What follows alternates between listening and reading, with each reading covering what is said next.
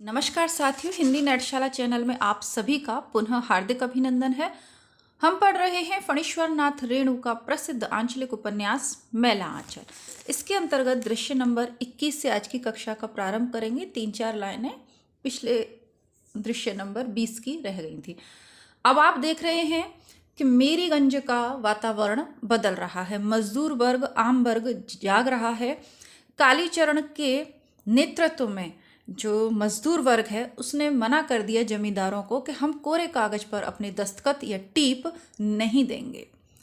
धीरे धीरे लोगों में राजनीतिक जागृति आ रही है और वो ये समझने लगे हैं कि ऐसे मक्खी चूस जमींदार जिन्होंने त्योहार के दिन भी हमें खाने को दाना नहीं दिया, हम उसको सलामी देने नहीं जाएंगे। ठीक है, विश्वनाथ प्रसाद भले आदमी ना हो, तहसीलदार आदमी ना हो, जमींदार हों, लेकिन समय पे उन्होंने हमारा साथ दिया है तो सलामी देने भी हम वहीं जाएंगे, वहीं अपना खाता खुलवाएंगे। दूसरी ओर मठ पर भी चैत्र मास में आप जानते हैं ना, गुड़ी पड़वा मतलब हिंदू नववर्ष के प्रारंभ में मठ पे भी खाता खुलता है, तो लोग वहाँ भी जाते हैं और उस दिन वहाँ पर पूजा पाठ, कबीरदास जी के बीजक का पाठ है ना। बीजक शब्द कई बार आए। कबीरदास जी का बीजक है जिसके 3 भाग हैं, साखी, सबद और रमेनी। रमेनी यानी रामायण। सबद में क्या है? गेय पद है। साखी में क्या है? दोहा प्लस चौपाइयाँ हैं। ठीक, इसलिए बताया क्योंकि ये पुराने पेपर में अभी क्वेश्चंस में पढ़ रही थी तो उसमें पूछे हुए थे कि ये रमेनी क्या है, सबद क्या है, तो क्वेश्चन आंसर में था, इसलिए मैंने आपको क्लियर कर दिया। तो अब लक्ष्मीदासन चाहती है कि वैष्णव हैं बालदेव जी, मठ पे आया जाया करें। उधर डॉक्टर प्रशांत बहुत कमज़ोर हो रहे हैं मरीजों की सेवा के कारण, इसलिए कमला चिंतित है। और उधर जो बावन दास हैं वो रात भर जाग जाग कर रोगियों को एक तरीके से ना मोटिवेट करने का कार्य कर रहे हैं। कालीचरण किसमें व्यस्त है? अपनी पार्टी।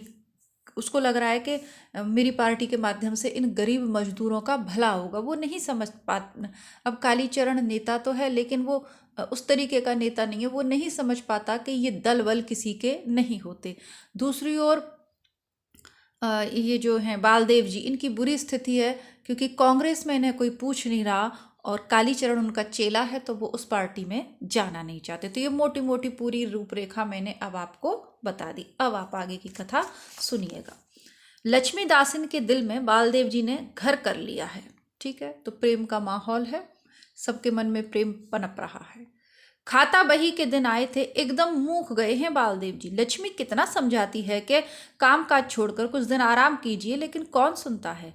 पहले जान तब जहान। जब शरीर ही नहीं रहेगा तो परमार्थ का कारज कैसे होगा? शरीर ही तीर्थ है। कितना कहने पर, सतगुरु साहिब की कसम धराने पर यह मंजूर किया है कि एक बेला रोज मठ पर आया करेंगे, यानी एक टाइम। अब आपसे ये पंक्तियां पूछी जा सकती है, ध्यान रखिएगा ना कौन से उस उपन्यास से, तो इससे यह कौन से पात्र के द्वारा है। तो ये लक्ष्मी कोठारे सोच रही हैं बालदेव जी के विषय में। शाम के सत्संग में बैठेंगे। भंडारी से कह दिया है घी और दूध की मलाई रोज कटोरे में चुरा कर रख दिया करेगा।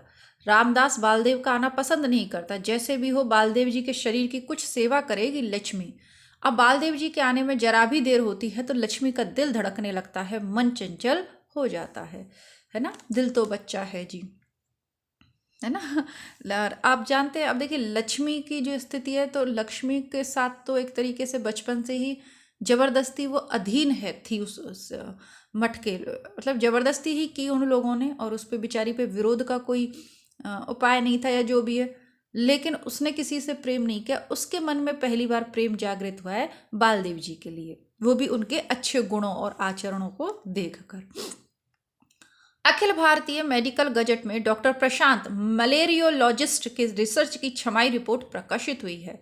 गजट के संपादक मंडल में भारत के 5 विख्यात डॉक्टर हैं।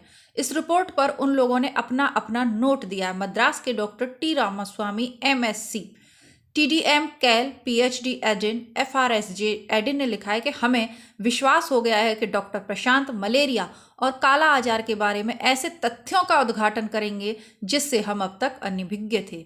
नई दवा तथा नए उपचार की संभावनाओं के लिए सारा मेडिकल संसार उनकी ओर निगाहें लगाए बैठा है। यानी कि डॉक्टर प्रशांत अपने काम को बहुत ही अच्छी तरीके से कर रहे हैं। ममता की चिट्ठी आई है।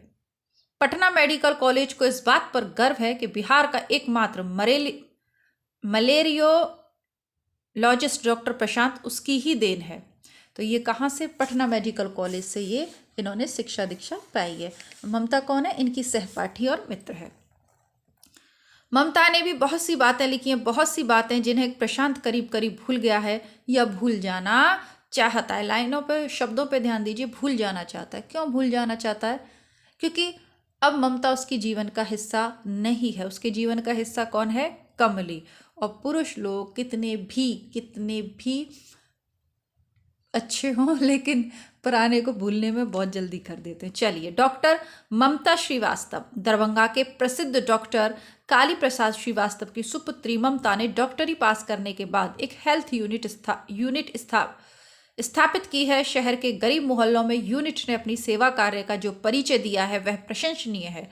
पटना की महिला समाज सेविकाओं में ममता का नाम सबसे पहले लिया जाता है। गरीब की झोंपड़ी से लेके गवर्नमेंट हाउस तक उसकी पहुंच है। यानी बहुत ही प्रतिभाशाली और बहुत ही उच्च पद वाली महिला है। कौन? ममता। आपने देखा था ना, एक सेकंड रुकिएगा, फोन ही स्टैंड से गिर गया। अरे भैया, तुम्हें क्या समस्या हो रही है ना? अब एक नया स्टैंड मुझे लेके आना पड़ेगा, जो बता रहा है ना। तो अब आपने देखा था ना ममता। गोदान उपन्यास में आपने मालती का किरदार देखा था। तो मालती अंतिम समय में, यानी जहां उपन्यास समाप्त होता है, वहां मालती को आप देखते हो। वो नर सेवा नारायण सेवा है ना। तो मानव सेवा को ही जीवन धर्म मानकर उस पथ पे आगे बढ़ती है और गांव गांव जाकर महिला और बच्चों की सेवा का व्रत ले लेती है। ठीक है, ममता शुरू से ही ऐसी है। डॉक्टर प्रशांत ममता का ऋणी है। ममता से उसे प्रेरणा मिली है। डॉक्टर रोज डिस्पेंसरी खोलकर शिवजी की मूर्ति पर बेलपत्र चढ़ाने के बाद संक्रामक और भयानक रोगों के फैलने की आशा में कुर्सी पर बैठे रहना अथवा अपने बंगले पर सैकड़ों रोगियों की भीड़ जमा करके रोग की परीक्षा करने के पहले नोटों और रुपयों की परीक्षा करना, मेडिकल कॉलेज के विद्यार्थियों पर पांडित्य की वर्षा करके अपने कर्तव्य की इतिश्री समझना और अस्पतालों में करहाते हुए मरीज रोगियों के रुदन को जिंदगी का एक संगीत समझकर उपभोग करना ही डॉक्टर का कर्तव्य नहीं। तो ये प्रेरणा कौन दे रहा है? ये प्रेरणा ममता ने प्रशांत को दी है कि जिंदगी का उद्देश्य पैसे कमाना नहीं है कि अधिक से अधिक पैसे कमाओ, रोगी को देखो मत, बिल पहले ही बनवा लो लंबे चौड़े। तो ये सब नहीं, ये सारी चीजें ममता ने ही डॉक्टर प्रशांत को सिखाई और समझाई हैं। इसीलिए तो मैं कह रही हूँ, इतनी अच्छी मित्र को कोई कैसे भूल सकता है? पर भूल सकता है और भूल जाते हैं। यही दुनिया है, यही समाज है और यही वास्तविकता है। दृश्य नंबर 22। मंगला देवी चरखा सेंटर की मास्टरनी जी बीमार है। अब मंगला देवी का भी सबके जीवन में प्रेम होता है ना, तो सबके प्रेम आप देख लीजिए।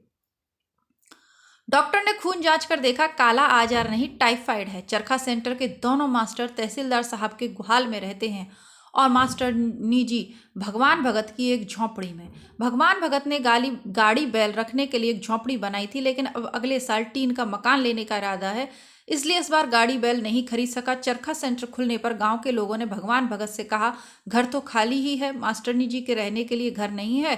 चरखा सेंटर का घर बनेगा तो आपका घर खाली कर दिया जाएगा। कोटा परमिट के जमाने में कांग्रेसी लोगों की बात काटना ठीक नहीं तो कटिहार में इतनी बड़ी झोंपड़ी का ही किराया 15 रुपये मिलता।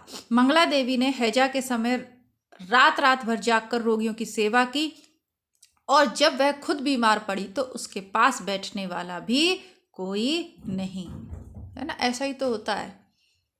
चरखा सेंटर के दोनों मास्टर साहब बारी बारी से 1 घंटा ड्यूटी दे जाते हैं। रात में चिचाई की माँ आकर सोती है, लेकिन बूढ़ी इतना हुक्का पीती और खांसती है कि मंगला देवी के ज्वर की ज्वाला और भी तीव्र हो जाती है।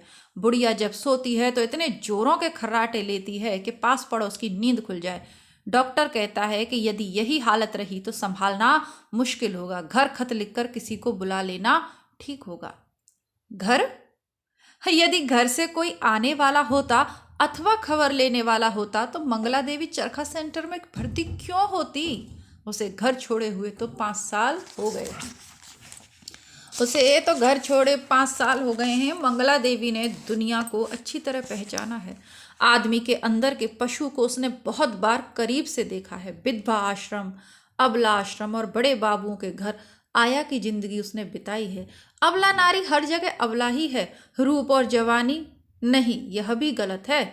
औरत होना चाहिए, रूप और उम्र की कोई कैद नहीं। एक असहाय औरत देवता के संरक्षण में भी सुख चैन से नहीं सो सकती। मंगला देवी के लिए जैसा घर वैसा बाहर, उसका कौन है अपना, कोई नहीं। ध्यान दीजिएगा कि एक जो असहाय औरत होती है ना, जिसका परिवार नहीं होता, वो देवता के संरक्षण में भी सुख चैन से नहीं सो सकती। और लक्ष्मी का जो बचपन आप देखें तो इस बात की गवाही है, वो देवता की देवदासी है ना। लेकिन क्या वो देवता की दासी है? और ये हमारे समाज की एक विद्रूप सी सच्चाई है जो बिल्कुल हमारे सामने है। मतलब कुछ कहना ही नहीं है, इसमें सब कुछ लिखा हुआ है, आप सब लोग समझदार हैं। लेकिन किसी भी अकेली औरत को पाकर सभ्य से सभ्य मनुष्य होता है ना, उसके अंदर पाश्विक जो प्रवृत्तियां होती हैं जो दबी रहती हैं समाज के डर से। वैसे अगर समाज का अंकुश हट जाए तो चारों तरफ पशुता ही पशुता है। जैसे जैसे अब समाज के बंधन ढीले हो रहे हैं, आप देख रहे हैं कि समाज में क्या चल रहा है, चाह कर भी हम नहीं रोक पा रहे उन चीज़ों को। तो बस वही है, जैसे ही वो पाश्विक प्रवृत्तियां जागती हैं फिर मनुष्य मनुष्य कहाँ रह जाता है। खैर, 15 दिनों से कालीचरण मंगला देवी की सेवा कर रहा है। दिन में तो और लोग भी रहते हैं, लेकिन रात में कालीचरण की ड्यूटी है। डॉक्टर कहते हैं अब कोई खतरा नहीं, कुछ दिनों में ठीक हो जाएंगी। मंगला देवी के शरीर में सिर्फ हड्डियां बच रही हैं, बाल झड़ रहे हैं। तो ये सब उस बीमारी का इफेक्ट है। अब आगे की कथा देखेंगे हम नेक्स्ट वीडियो में। तब तक के लिए नमस्कार, धन्यवाद।